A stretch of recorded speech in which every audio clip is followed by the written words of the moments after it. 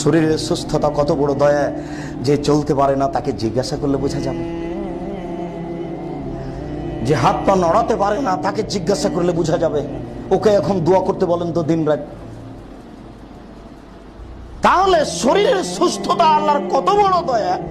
আমি আল্লাহ দিয়েছিলাম যে তুমি এখন একটু জিকির আজকার করো, তাতে তো তুমি দোকানে আড্ডা পিটে টিভি দেখে কাটিয়েছো, এখন বেকায়দায় পড়ে আমাকে কি বলতে চাচ্ছ? সাহাত অল ফারাক, অবসর। সকাল 10টায় দোকান খুলেছো, ব্যবসাখানা রাত 10টায় বন্ধ করেছো।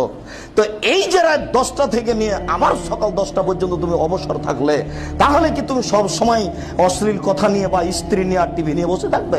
এই কি এর ফাঁকে কি তুমি আমার জন্য একটু সময় বের করবে না? মনে রেখো, আমার জন্য একটু সময় বের যদি না করো, তাহলে আমলাও এদাকা কেনান, আমি আমলাও এদাকা সরলাম, তোমার হাতকে আমি ব্যস্ততা দিয়ে পূর্ণ করে দেবো।